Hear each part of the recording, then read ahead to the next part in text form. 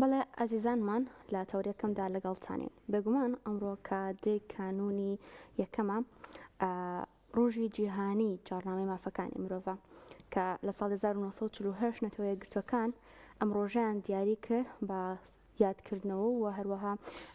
دانانی یاخود لەم ڕۆژەدا جارنامەی مافی مرۆڤ ڕاگەاندرا کە لە 30 بەندپێک هاتبوو و هەموو ساڵێکیشیان دیاری کردووە کە لەم ڕۆژەدا یادی بکرێتەوە و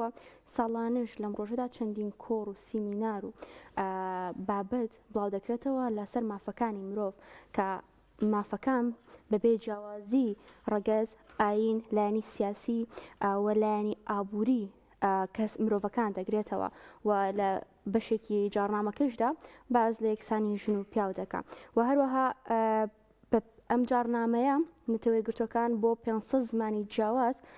وەری گێڕاوە و بەپێی ئامارێکی نەتەوە یەکگرتوەکان سەرڕایبوونی ئەم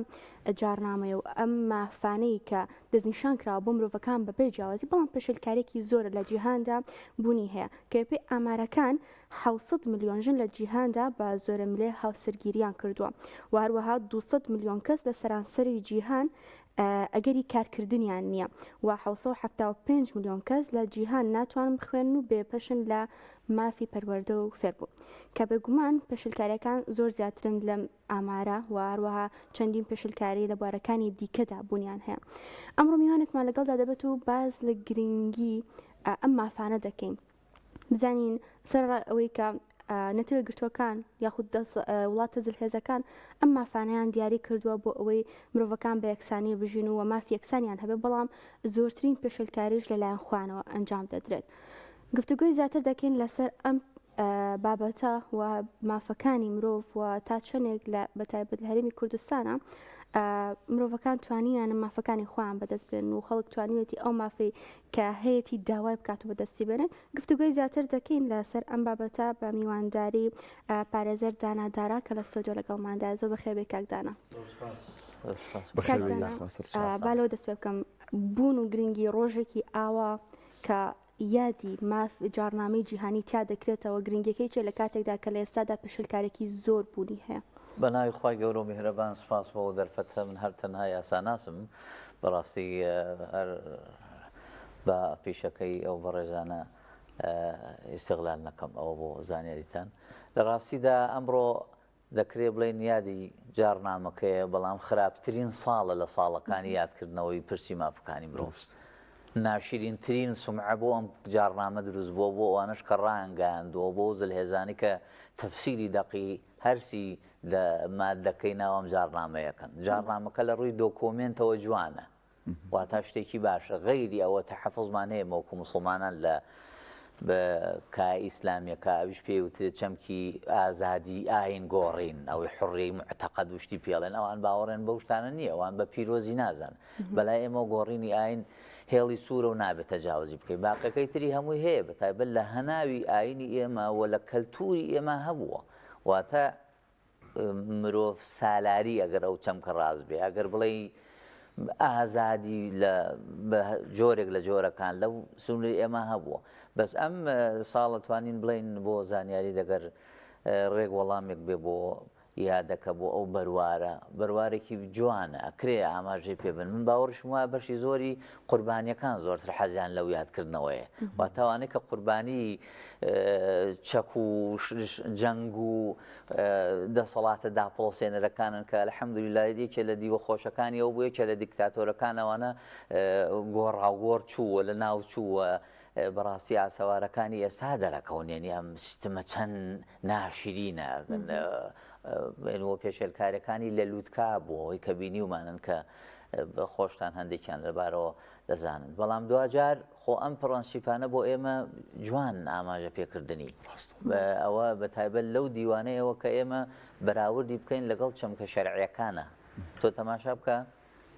دیوە شەرعەکەی پێشەوەی جارنامەکە چونکە بۆ زانیاری زەنەم جارنامە لە دوای جەنگی جیهانی دووەمەوە بووە کە ملیۆنها مرۆڤ تیا کوژراوە و لە بین براوە و زلهێزەکان بەیەکەوە شەڕیان کردووە لەسەر نفوز و دەسەڵات و خۆ بەخۆشی دەریان نەکردووە حەز دەکەم و خەڵک بزانێن ئەوە لە هەناوێکی دروستەوە لەدایک نەبووە لە هەناوی جەنگێکی جیهانی گەورە دنیا وێران بووە بەشی زۆرمانێمە ڕەنگە باوکیشمان لەدایک نەبوو بێ و کاتەکە مرۆڤایەتی گەیشتووەتە چه ئاسێکی خراپ بەڵام دوجار خۆ ئەم پرەنسیپانە ئەو ڕاستێ بڵێم بۆ خۆیان لە ناو وڵاتی خۆیانە پەیڕەویان کردووە بەڵام وەکو ئەو خۆراکانەوە بووە کە هەناردەی دەرەوەیان کردووە تامێکی تر ڕەنگێکی تری هەبووە هەمیشە جیاواز بووە لەوەی کە خۆیان بەکارهێنێنەوە تۆ تەماشا بکە پرەنسیپەکانی ئازادی یەکسانی بوون دەرفەتی کار ئاشکەنجە نەدان ڕێزگرتنی حرمەتی ئینسان بە هەر ڕەگەز و ڕنگ و ئاینێک بێ ئەمانە ناو خۆیانە بەشێکیان جێبەجێ کردووە بەشێکی باشی دەکرێەوە نییە بڵین جێبەجیان کردو بەڵام بۆ دەرەوەیان کردووە تۆ تەماشا بکە چیان کردووە لە دوای 1948ەوە دنیایەک شەڕ و ملمەنانی گەورە دروست بوو گەورەترینیان کێشەی کوردە هەتا ئێستا زیاتر وێران بووە چاکتر نەبووە ئەمە نایانتوانیوە لە مستەوا سیاسەکە چاکی بکەن تاشی ئەم وڵاتانی ڕۆژهەڵاتی لاتوە ئارەزویەوە کە بە پەلەپەل خۆی بگەێنێتە وڵاتانە بەشکم هەناسەیە با و ئەو باقی تەمەنی کەماوە لەوێ بە تۆزێک بە حرمەتەوە بەڕێوەی بەرێ ئەمانە بەڕاستی خراپ بوون هەمووی بەڵام هیوادارین هەر ئینسان تەفاول بکە باشە گەشتبین بێ باشترە زۆر باشە هەر ئەوەی کە باست کردەوەش خاڵێکی زۆر گرنگ بوو ئەمان کوردوتەنیە لە بانێکە و دووهەوە ئەمان بۆ ناو خۆیان وەک فەرموود تقریبەن باش جێبەجێیان کردووە ئەو وڵاتانە کاچن وڵاتێکی تر داگیرەکەن نسە بوو ئێمە بینیمان مامۆسەدانە لە عراق ئەمریکا چی کرد ینی چی پێشێلکاری مافی مرۆڤ بەرامبەر خەڵکی مەدەنیش کرا بەڵام لای خۆیان وانە ینی لای خۆیان ڕۆژێک هەڵبژاردن دوا ناکەوێ لە وڵاتانی ئاسیا و عەربی هەڵبژاردن دواکەوێ کێشە نییە پشتگیری و زاڵمەکانەکەن پشتگیری دیکتاتۆرەکان ئەمە ینی لوبی مۆزۆی ئەمە بۆ چیەکەڕێتەوە کە لەناو خۆیان ناوان بەزەم لەگەڵ خەڵکی ترا بم شێوازە مامەڵاکەن بە دڵنیاییەوە گەڕێتەوە بۆ نەبوونی چاودێری وازیعێکی دینی بەهێز چونکە تۆ زانی ئەم چەمکانە تۆ پێدانی ماف ڕەهەندێکی خودایی هەیە واتە خوای رب العالمین خۆی ئەم مافانی بەخشیەوە بە ئینسان تۆ تەماشای بکە بە بسم الله دەست پێکا بە ناوی مرۆڤ کۆتایی پێ ینی دوا پەیامی خوای گەورە حەچەند کتێبەکانی تری خوای ئێمە نازانین بەڵام ئەوانیش هەر مرۆڤتیا سالارە چونکە تۆ مرۆڤین قاز بکە خۆ ناتوە دۆزەخێکی بۆ دابخاو بڵێ تۆ لێرە بچۆرە دۆزە بۆی سبەی نەپشتە باشتەوە نافەرموویەتی تۆ لێرە باشتا بە بۆی بەهەشتی ڕاستەقینەکە لە قیامەتە ئامادە بێ کەواتە ئەگەر وازیعێکی دینی گەورە نەبوو ئەو وڵاتانە بە دڵنیاییەوە ئەو کێشان بە دوو پێوانەیی یەکەن یعنی دوو پێوانەکەن مرۆڤێک هەیە هەناسەدا ئۆکسجین هەڵەمژێ و لای خۆیان ئەو بە هەرمانەیەک مرۆڤە ئەوە تا ئەو ڕێکەوتن نامە نێودەوڵەتانەی کە باسی ئەوەکەن ڕەگەز گۆڕینی ڕێگە پێدا شێوازەکانی تری هاوسەرگیری گۆڕی لە نێوانی پیاوێک و ئافرەتێک دایان جۆری تری هاوسەرگیری ڕێگە پێدا ئەمانە بۆ مرۆڤی خۆیان ویستیان ئەم کەلتورە ئەزانم پێوترێت تەزدیرکردن هەناردەکردنی کەلتوری خۆیان بۆ وڵاتانی ئێمە ئەم بۆگەنیە بێتە وڵاتانی ئێمەشەوە بەڵام دوجار بۆ مرۆڤی خۆیان هەوڵیان ناوەکو مرۆڤ تەماشای بکەن سەیری ویست و ئارەزوەکانی بکەن سەیری ئازادیەکانی بکەن کەچی بۆ ئێمە بەداخەوە چونکە پرسێکی وانە بوو هەروەها یەکێکی تر لەوە کارانە بریتی بوو لەوەی ئەمان ئامیشە بە منتقی هێز بیریان کردوێتەوە واتە ئەو کەسێک کە بەهێز ئەم دەقانەی داڕشتووە ئەو تەفسیری بۆ کردوین تۆ تەماشا بکە وڵاتێک کە ناوی غەزەیە لەسەر هەسارەی زەوی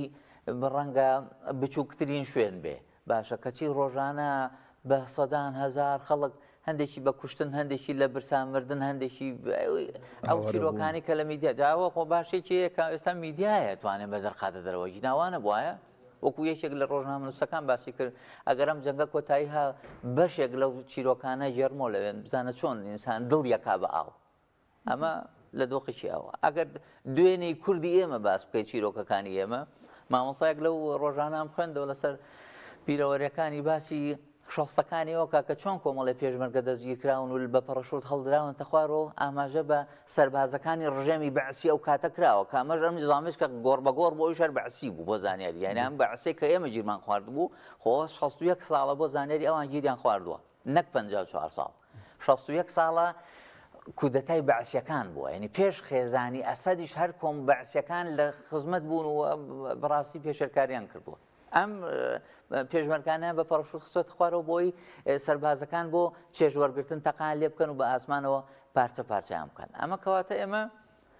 هەمیشە ئەوەی کە هێزی لەلا بووە ئەو توانیوێتی بە جۆرێک قووەتێکی باش با بەمە کە بیەنات یەکێکی لەوانە بریتی بۆ لە چەمکی مرۆڤ سالاری ئەم مرۆڤ سالاریە لە هەندێک وڵاتە زۆرتر دیارە زەقا و زیاتر پەیڕەوە کرێت لە وڵاتانی ئێمەوانیە بۆ خۆ دەزانیانی مرۆڤ هاوارەکانایکە قسەیەکە بوو لەسەرەوەی ئەڵێ جیاوازی نێوان دیموکراسیەت و دیکتاتۆرێت چییە کاکە لە دیموکراسیە تا ئەوەیە تا ئێوارە هاوار بکەی کە جۆ لێ ناکرێت ئەی لە دیکتاتۆرێت ناڵن هەر قسە بکەی یعنی ئەمان بۆ ئێمە پەیڕەو کرد بەڕاستی بۆ ئێمە پەیڕەویان کرد لە وڵاتانە نانهێش مرۆڤ بتوانێت کە قسە بکە ها لە ماوان لە ساڵانێکە باسی مافی ئازادی ڕادەربڕینەکە لە عیبارەکان بەڕاستی ئینسان بتوانێت ئەی تۆ مرۆڤێکی خۆی ڕەب العالەمین جای کردوتەوە لە تەواوی ئاژەڵەکان بۆی کە قسەکەی کاکە ئەتوانێت تەعبیر بکەی بە نووسین بە زمان بە ئیشارەت بەمانە تۆ ئەمەش ناتوانێت قسە بکەی بەڕاستی ئەوەیە کە بینن ئێستا ژمارێک لەوانی لە تەواوی بەندیخانەکانی دنیا هەن نەکەوەی کە لە سووریایە زۆرێکی تر هەبوون لەوان هەان بۆ هەر وتنی لەبیست چۆتەوە هەر کەسایەتی خۆی ون کردو هەر یەک پارچە بۆتەوە بە کەسێکی بینی بەڕاستی وەکو بڵێ زۆر نابینا بە هەموو جوانەکان ئەوانە دەتوانین بڵێن دیارترینەوە کار زۆر باشە کاک دانا لە بابینەوە سەر هەرێمی کوردستان کە وەکو عێراق ئێکە لە ئەنجامانی جارنامەی جیهانی ئایا پەیڕۆکردنی مافەکان و بەندەکانی جارنامەی جیهانی لە ئێستادا لە هەرێمی کوردستان و عێراق بەگشتی چۆنە؟ بەڵێ بۆ زانێت عێراق یەکێکە لە وڵاتانی کە واژووی کردووە لەسەر ئەم ڕێکەوتنامێ و بێم ڕێکەوتنامەی نێودەوڵەتی ڕەنگ بداتەوە لە ناوە پێدەوتێت تەشریعاتی وەتەنی یاسا نیشتیمانیەکانی خۆی بەپێوە پێ و پرەنسیپانە دابڕێژێتەوە ئەگەر بەپێ ئەوە ڕۆیشت ئەوە چاکە ئەگەر نابێ هەمواری بکاتەوە چونکە ڕێکەوتنامە لە پێشترە تەنانەت ڕێکەوتنامە بەسەر دەستوری وڵاتەکەش قسەی لەسەر بەهێزتر هەندێک دەڵێن دەستور بەهێزترە لە ڕێکەوتنامە نێودەوڵەتیەکان ئەوانە هەمووی واکات کە تۆ لە ڕووی ژینگەی یاساییەوە باسی دەقەکەم لە ڕووی ژینگەی یاساییەوە بتانی دەرفەتێکی وا بڕەخسێنی کە ئەم دەقانە باخیان پێ بەیواتە ژیان باخۆ حیات بکەی بەبەریانە چونکە دەقە جێبەجێ کرا و خەڵک بینی ئەوسا بەڕاستی ئەوسا مانایەکی بۆ دروستە بێ ژیناتەوە هەر شتێکی جوانە و وەکو دەقێکی شعریەتە بەرچاوێنی دوای نابن یاسایانی ئەوە نیە ئەوساسە و تێکستێکە بێ و جوانە و بەدڵناییەوە عێراق هەوای کردو هەرێمی کوردستانیش پێویستە پابند بێت چونکە هەرێم وڵاتێکە لە ڕووی سیاسیەوە سیستەمەکەی فیدراالیە لەم ساڵانە ئێستا ئاوای هەر لەناو دەستورە سابیت بووە بەڵام لە ڕووی پراکتیکی وایە یعنی بە دەقێکمانەی لە یاسای وصولی محاکەماتی جەزایی ڕێکارەکانی دادگایکردنی کەسێک پێویستە لە ماوەی 24 سەعاتە تەقریری مەسیری پێڵێن ڕێک بزانین لەسەر چی هیرایی و لەکوێیت و بۆ دایمە 6 مانگ لە سزنە نازانە بوو بەدڵنیاییەوە ئێستاشی لەگەڵ بێدۆسیەکانی پێشێرکاریەکانی دادگا چەندین ڕێکخراوەیە هەر ئیشەکەن لەسەر پێشێرکاریەکان لە ڕووی یاساییەوە ئەوانی تر پێشێرکاریەکانی تر لێکەڕێ پێشێرکاریەکانی تۆ دۆسیەکەیە لە دادگاکانان یەکلانە بۆتەوە نەگەیشتوێتە نەتیجە ئەوە بەدڵنیاییەوە هەرێمی کوردستان دەکرێت بڵین لە خواری وڵاتانی کە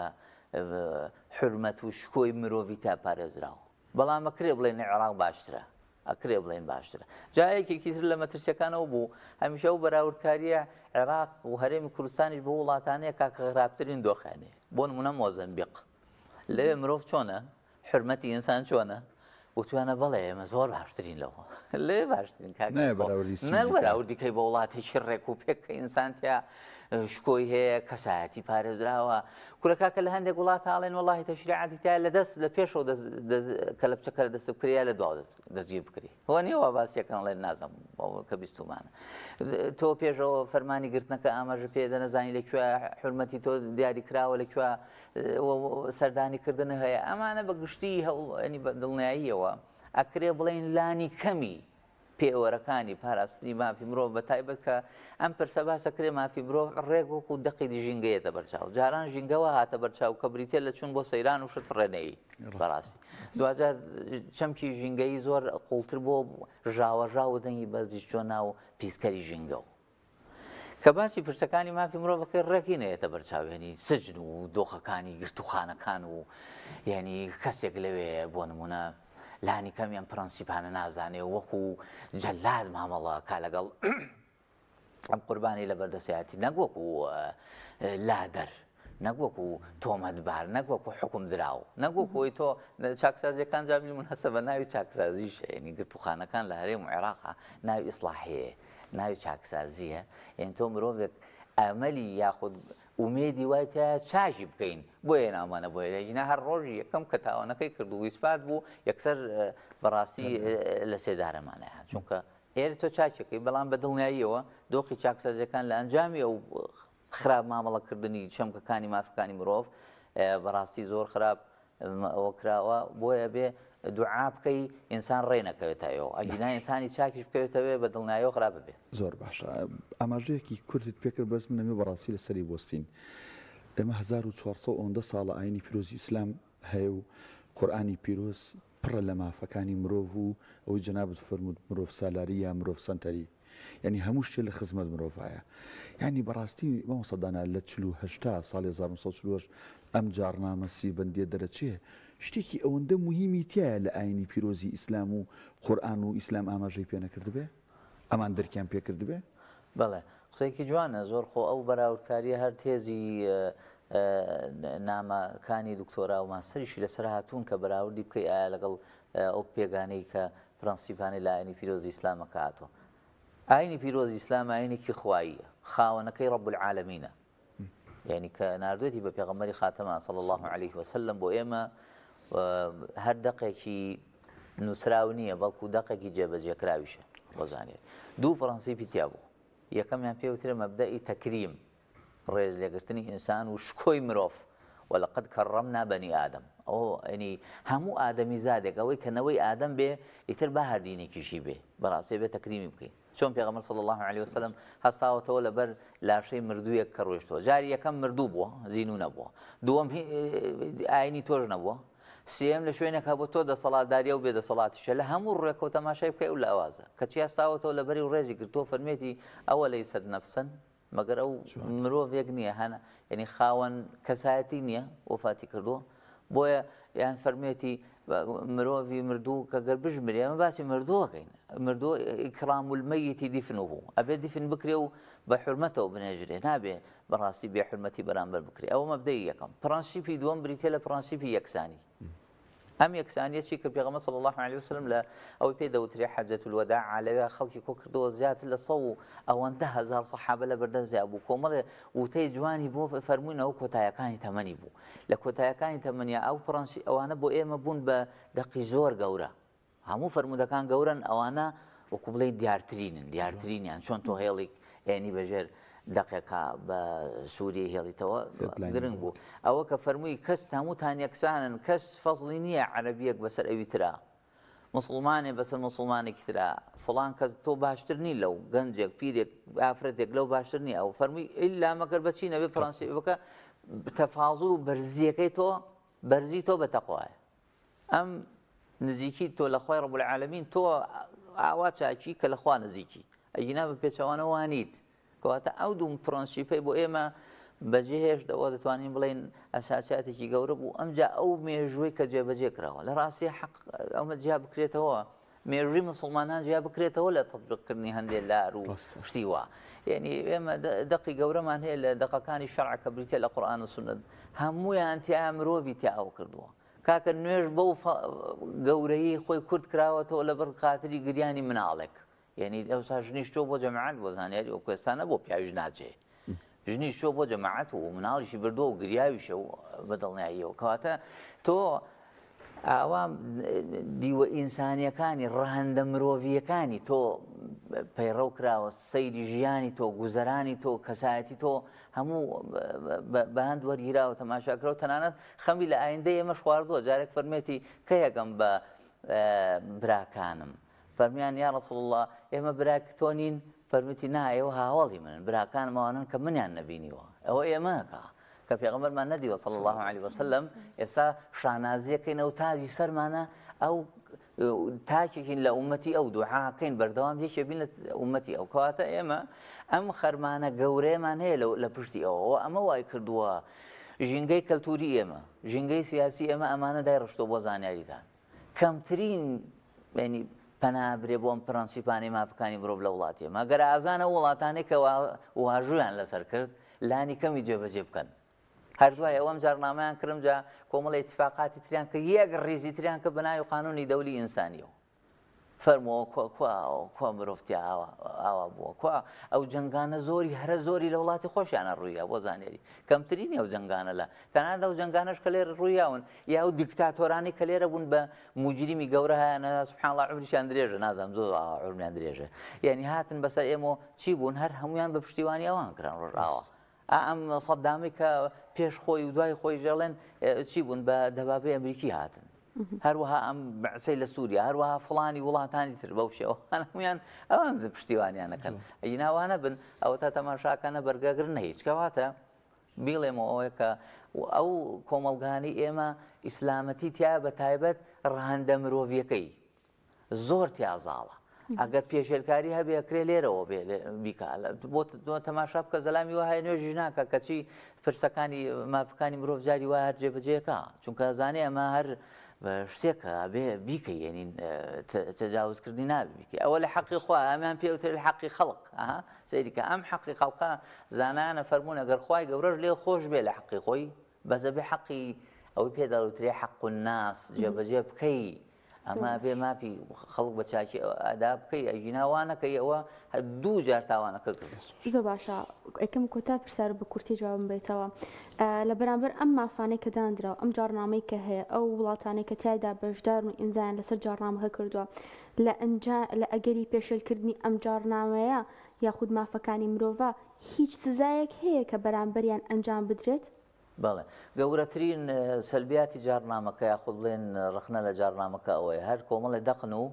ئەوەی تێدا نییە وەکو یاسایەکی سزایی بڵێن کێ پێشێلکاری کرد ئەمە سزاکەیەتی بەدڵنایەوە گەورەترین سەلبیاتە کە جەناب دامەژە پێدا پرسیارێکی جوانە واتە سەرنجێکی قوڵە لەسەر جارنامەکە ناتەواویەکی قوڵە لەسەر سی بەندن جوانن لە ڕووی عینوانەوە باشە بە یەکێکە پێشێلکاری کرد بەدڵنیاییەوە وەڵێن کۆمەڵی دادگامان دروست کردو هەر لە زمانی نۆرنبێرگ و دادگای تاوانی نێودەوڵەتی و ئەمجاوە نەتەوێت گرتوەکان هەر پێشتریشە بووە بە دوای ئەمان ناچێ جایەکێ لە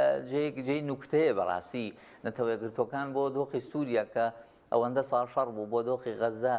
دەستەواژێ بەکارێن نازانم لە ڕووی قانونیەوە ئەمە باقی چیان لە ڕووی هەر مرۆڤیەوە سەنگین چەنە پێڵێن هینین قەلەقین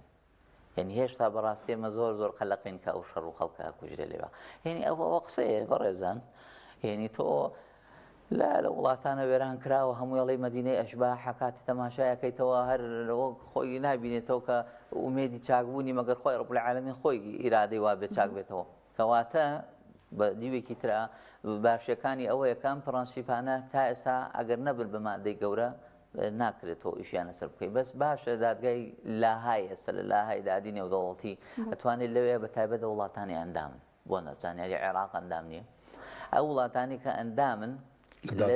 بەدڵنیایی ئەبێ لەوێ بچن لە ڕێی داواکاری گشتیەوە کۆمەڵی پرس بجوڵێنن زۆر باشە لەوێ توانن ئیشی لەسەر بکەن لانی کەمی باشن بۆ نمونەیەکێک لەوانە کەیسی ئەنفال ئەگەر بکرایە بە شێوەیەک لە شێوەکان بیکە ئارێم ناتوانێت چونکە عێراقی ئەندام نییە ئەبێت چی بکە بە جۆرێک ئەو وڵاتانی کە تیا بەشدار بوون چەکیانەوە بە حکوومەتی عێراق لەو ڕێەوە شتێکی بجوڵانەیە زۆر باش زۆر بەڕێز دانەدارا یاساناس سوپاس بۆی لەم تەوەرێ لەگەڵمان بوویت زۆر سپاس دەکەم